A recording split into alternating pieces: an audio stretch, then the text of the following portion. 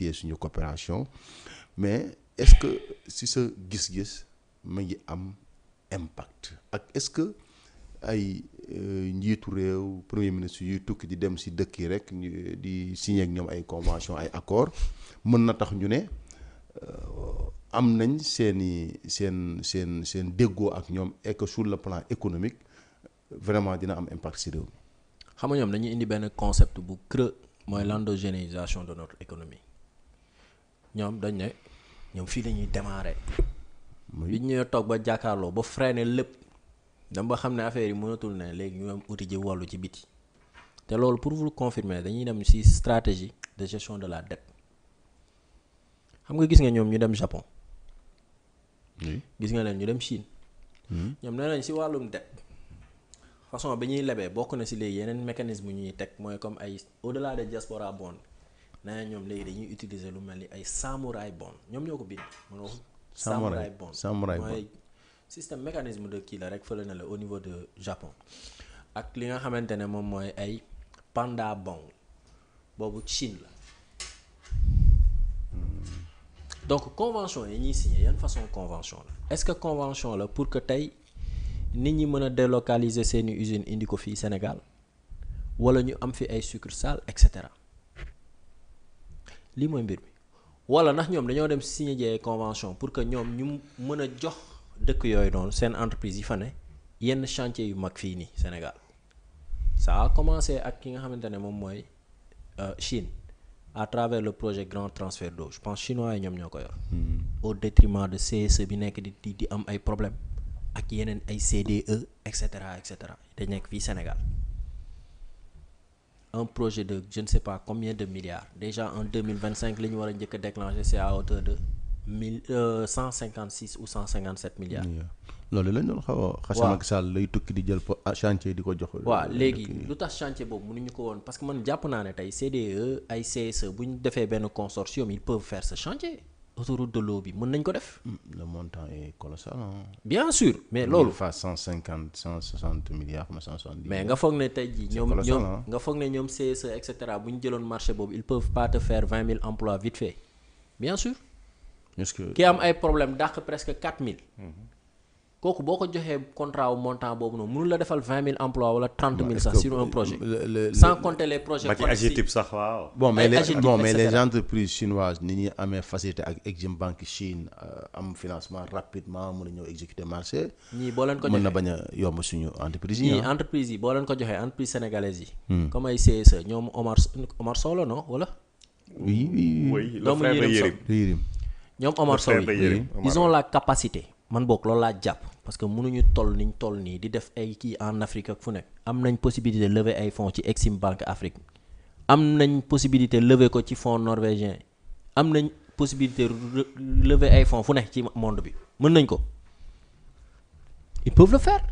léegi nag foofu de Macky Sall les gens se posaient les mêmes questions même Ousmane Sonko mi bokkoon na si li mu doon dénoncer muy stade bi Ila Touba beeg yëpp ay entreprises chinoises dañ ko doon jox wala turc.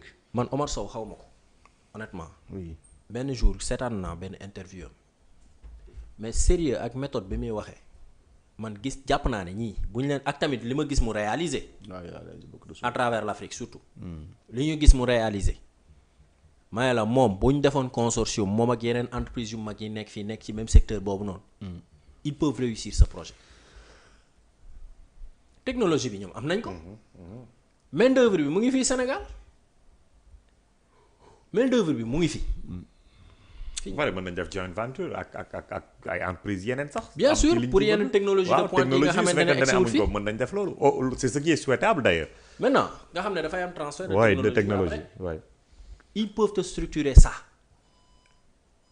mais l'ensemble de ces choses nga ñëw teg ko de côté nga dem di uti ji ay convention yoo xamante ni gisuñu ko parce que encore une fois convention yi daf ñuy delloo siwaat ci li nga xamante ne moom lañ doon wax au début. mooy lan mooy que boo taxawee fee di saaga sa justice ñee nga bëgg a dem signer ji convention balaa ñuy dugal seen xaalis fii dinañ am lu leer que ne fii ñoom bu amee contentieux dinañ mën a justice bi dina mën a tëg dee njaaxaanaay. mais il y a également la problématique de la dette hein le niveau d'endettement également ñoom naka la ñuy structurer seen opération yi def ko te du yokk parce que le ministre de l'économie wax na lu mel noonu dinañ ut ay partenaires dinañ ñëw jéem a ut ay investissement yoo xamante ne du feeñ ci suñu niveau d'endettement. loolu nag ñëpp a jaaxle ci naka la mën nekkee. non xam nga loolu noonu mooy yeneen mécanisme yi ñu bëgg a def. non ce n'est même pas de l'innovation loolu pour man. ça c'est presque impossible. nooy demee waa bitim réew ñu financer la sa ay opération sa dëkk defaral la. te du nekk bor. loolu c'est plus que de l'ingénierie c'est de la magie financière. xam nga mu ngi mel ni comme crédit acheteur bii nii. kii def waaw par exemple mais ba tey loolu. xam nga tey da ngay aliéné sa ay ressources. bon à moins c'est-à-dire ñoom ñu tabaxal la ba pare exploiter ko. xam nga temps yi ma nga xam ne du dugg sa. waaw yooyu moom laa lay expliquer mécanisme comme autoroute à péage bi et cetera. comprendre xamal ni ko ñoom lañ doon bañ ndox bi dafay gën a cher. moom laa lay expliquer ñoom lañ doon bañ. ñoom ci yooyu la ñuy tendre vers. waaw loolu mënatuñ ko bañ. yaa ngi dégg mënatuñ ko bañ parce que ils ont su que tey Sénégal. mooy li may wax chaque jour il faut ñu xam ñun dëkk bu pauvre lañ. oui. il faut d'abord gis ñun il faut que ñu nangu loolu gis il faut que tey jii ci li ñuy def ñu mën ko def de manière rationnelle. munoo nekk benn pays pauvre. munoo nekk benn pays pauvre nga xamante ne pauvreté bi en milieu rural kenn xamul nu mu demee. nga bëgg a concentrer sa lépp ci ay projets structurants yoo xam ne c'est à coût de milliards yoo xamante ne ñu nekk dans les villages duñ ko yëg alors que base bi foofu la. yaa ngi dégg munoo dem di uti ji ay entreprises yu pour ñu defaral la benn liggéey sachant que ñi nga xamante ne ñoo la mën a wàññil sa taux de chômage bi yaa ngi leen di bàyyi fii nii au lieu ñoom ñuy wàññi sa taux de chômage au contraire dañ koy yokk parce que ñoom mënatuñu fay salaire donc ñu ngi dàq ñeen cohérence boobu noonu moo amul ci seen démarche raison pour laquelle tey ji beneen mbir bi ñu mën a am mooy dem dans ces pays là jéem a lijjanti ay entreprises yuy ñëw ci zone économique spécialisée yi comme tey bi nekk Sendou Bargny nga gis mu am benn entreprise bu fa ñëw installé benn usine nga gis tey président dem inauguré. loolu tamit lu ma jaaxal la. non en pleine campagne arachidière désastreuse nga xamante ne xamuñ fan la suñu graines yi di jugee premier ministre mësul intégré dans la solution par exemple cette industrie là. boobu kese. ça pose problème côté Fimela waaw foofu am na ñu fa nekk mais bii dafa am doole 160 000. xaw ma waaw tonne d'huile.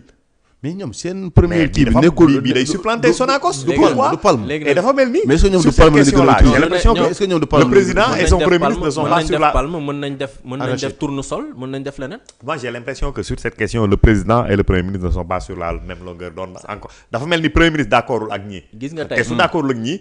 loolu du ay affaire politique parce que ñi ngi ci politique d'industrialisation bi nga xamante ne moom la gëm démb rek mi ngi koy waxaat Maroc donc est-ce que du d'autres intérêts yoo xamante ne moom mooy taxaw. gis nga politique d'industrialisation boobu mënoo ko atteindre tant que zone économique spécialisée yi valoriser woo ko. il faut que nos champions nationaux là. il faut que ñoom ñu dem investir ci biir zone yooyu noonu. mais ñooñu mënuñu dem tant que yow yaa ngi freiner seen entreprise yi commencé. yi nga xamante ne moo nekkoon seen vache laitière yi. pour que tey ñuy mën a diversifier seen activité il faut que yow nga teggi seen tànk bi nga teg seen loos nga teggi ko permettre leen tey ñoom ñu mën a respirer mën a diversifier seen activité dem investir feneen. jox leen ay marché très bien mais joxoo leen marché mais yan grand marché lañ jox fi mu toll nii les entreprises sénégalaises yan te nee nañ 2026 bii nii la ñu war a lancer les investissements publics ci ban domaine donc man jàpp naa ne encore une fois c'est voyage yi ñuy def nii c'est bien bon pour ñoom quoi c'est-à-dire yokk seen carnet d'adresse. xam nga diplomatie économique bi da nga ci boole le président de l'Assemblée nationale. ah bien sûr gis naa ko muy. si président de l'Assemblée nationale foofu laa bëggoon terminer sax dem ak du Chine rek dem na dëkk yu bëri ah. bon xam nga diplomatie parlementaire peut-être nit ñi def nañ ko lu bëri daan nañ dem ay voyage mais moom ni mu koy defee nii moom image am daal lay jiital de toute façon mais retombées yi mu war a am pour le Sénégal après bof. ça laisse à désirer parce que bu fekkee ne moom dafa dem en Chine ñëw toog ak parti communiste chinois ñoom ñu ne dañuy jéem a def ay convention wala je sais pas naka la ñuy liggéeyee entre ñoom te ñu xam Chine exactement ce qui se passe te foofu alerte bi ñu leen di tegalaat mooy li Paul di wax sànq. ñun suñu architecture constitutionnelle ak institutionnelle au Sénégal fii. c'est-à-dire état parti du fi am benn. deuxièmement dictature mënu fi nekk parce que sénégalais yi ñoo ko dul sax nangu. mais loolu Pastef la c'est Pastef xam nañ ne non xam nga gars dañuy xam nga liggéey insidieusement ci installer loolu ci bopp nit ñi. xam nga ñoom loolu la ñuy def. la xaw ma nag quelle est la position du président là-dessus. manipulation mais psychologique ñu ngi boobu ciy liggéey. c'est une manipulation psychologique ci lañ nekk. tey tant que yaa ngi xam nga ñoom bi ñuy dem naan affaire reddition des comptes bi lu tax sànq mooy la ñii dañ leen a condamné te fekk na ñii ñëw au pouvoir c'est parce que dans la tête de ces sénégalais dañ la naan borom 88 bee di dem moo sàcc sa 94 milliards yow jeune bi nga toog le lendemain nga xëy mënoo am sax fukki dërëm boo jëndee café te ñu ne la sa xaalis bi nga waroon tey nii moo waroon tax yow nga tekki kee moo ko sàcc mais kooku psychologiquement ça sonne une révolte dafay intérieure. sonné benn révolte intérieure léegi nag tey jii aussi le fait que ñu naan non chaque fois justice bi doxul magistrat yi leen di corrompre ñoom ñoo ñu teree avancé loo suñu projet yow yaa ngi installé ci cerveau nit ñi le fait que tey dafa ji au-delà de la justice bi dañ ko war a vassaliser manipulation psychologique boobu noonu en fait la ñu commencé ndànk-ndànk ci beneen domaine di ko def léegi nag lu mel ni Paldi man jaw keneen ak keneen on doit travailler surtout société civile pour que tey ñu mën a démonter cette manipulation xamal leen que ne suñu architecture constitutionnelle et institutionnelle lu dëkk bi nanguwut lool te du ko mës a nangu et au-delà de l'aspect institutionnel ak constitutionnel sénégalais yi ci boppam ñoo mënul nangu lool. affaire dictature. très bien. bon loolu moom dina jafe ma gëm ne Pastef dafa nekk di liggéey loolu parce que Ousmane Sonko si jëm boobu yàgg na ne Sénégal dictature du fi am en tant qu'opposant donc. ah mais dégg nga ko lu muy wax bi mu demee Chine c'est-à-dire que moom dafa ne li mu bëgg wax mooy il y a un niveau de discipline boo xamante ne critique boo xamante ne suñ ko atteindre